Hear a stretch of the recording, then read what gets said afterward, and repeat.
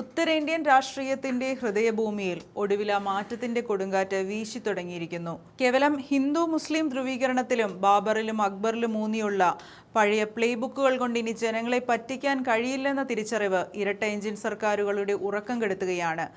അധികാരത്തിന്റെ ഹുങ്കിൽ ആരെയും വിലവയ്ക്കാതെ മുന്നോട്ടു പോയവർക്ക് നേരെ ഡിജിറ്റൽ യുഗത്തിലെ ഒരു കൂട്ടം ചെറുപ്പക്കാർ വിരൽ ചൂണ്ടുമ്പോൾ എന്ത് ചെയ്യണമെന്നറിയാതെ പകച്ചു നിൽക്കുന്ന BJP ഭരണകൂടങ്ങളുടെ ദയനീയ ചിത്രമാണെന്ന് കാണാൻ കഴിയുന്നത്. CJP എന്ന സംഘടന വിദ്യാഭ്യാസ രംഗത്തെ മൂല്യച്യുതികൾക്കെതിരെയും സ്കൂളുകളിലെ ദയനീയമായ ശോച്യാവസ്ഥയ്ക്കെതിരെയും സ്കൂളുകൾ നന്നാക്കൂ എന്ന ക്യാമ്പയിനുമായി തെരുവിലിറങ്ങിയപ്പോൾ അതിനെ അത്ര ഗൗരവത്തോടെയല്ല ഭരണകൂടം കണ്ടത്. എന്നാൽ കയ്യിലൊരു മൊബൈൽ ഫോണുമായി ഇറങ്ങിത്തിരിച്ച യുവാക്കൾ ഓരോ സർക്കാർ സ്കൂളുകളുടെയും യഥാർത്ഥ അവസ്ഥ ഡിജിറ്റൽ ഓഡിറ്റിംഗിലൂടെ പുറത്തുവിട്ടതോടെ കാര്യങ്ങൾ മാറിമറിഞ്ഞു.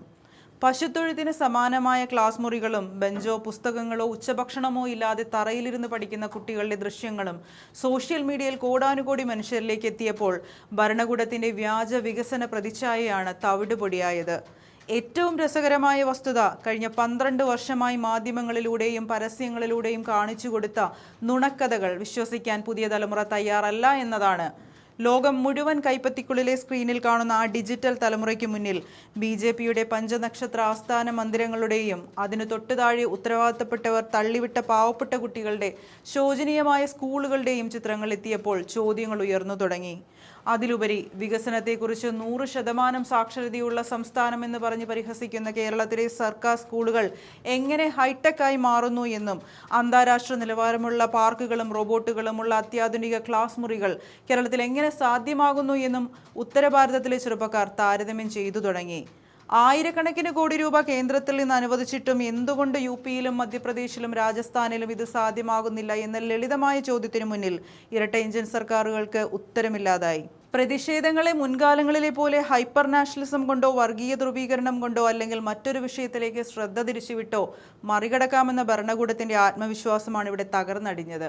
ജനങ്ങൾ ഈ വില കുറഞ്ഞ തന്ത്രങ്ങളെ തള്ളിപ്പറയാൻ തുടങ്ങിയതോടെ RSS നേതൃത്വത്തിന് പോലും വിഷയത്തിൽ ഇടപെടേണ്ടി വന്നു.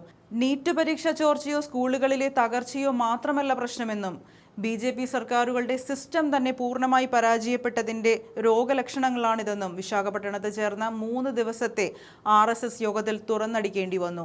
അധികാരത്തിൽ തുടരാൻ ഏതക്രമവും കാണിച്ചിരുന്ന ഭരണാധികാരികൾക്ക് ഒടുവിൽ ആൾക്കൂട്ടത്തിന്റെ ചോദ്യങ്ങൾക്ക് മുന്നിൽ മുട്ടുമടക്കേണ്ടി വന്നിരിക്കുന്നു. ബജറ്റ് പ്രഖ്യാപനങ്ങളെല്ലാം കഴിഞ്ഞ് അടങ്ങിയിരുന്ന UPയിൽ ജനരോഷം ഭയന്ന് ഒറ്റ ദിവസം കൊണ്ട് 604 കോടി രൂപയാണ് യോഗി ആദിത്യനാഥ് സ്കൂളുകളുടെ അടിസ്ഥാന സൗകര്യ വികസനത്തിനായി പൊടുന്നനെ അനുവദിച്ചത്. രാജസ്ഥാൻ സർക്കാർ ആവട്ടെ 10,000 കോടിയുടെ 5 വർഷത്തെ ദീർഘകാല പദ്ധതികൾ പ്രഖ്യാപിച്ച് തലയുരാൻ ശ്രമിക്കുകയാണ്. അത്രമേൽ ഭയത്തോടെയാണ് ഇരട്ട എഞ്ചിൻ സർക്കാരുകൾ ഇന്ന് ജനങ്ങളുടെ ഡിജിറ്റൽ ഓഡിറ്റിങ്ങിനെ നേരിടുന്നത്.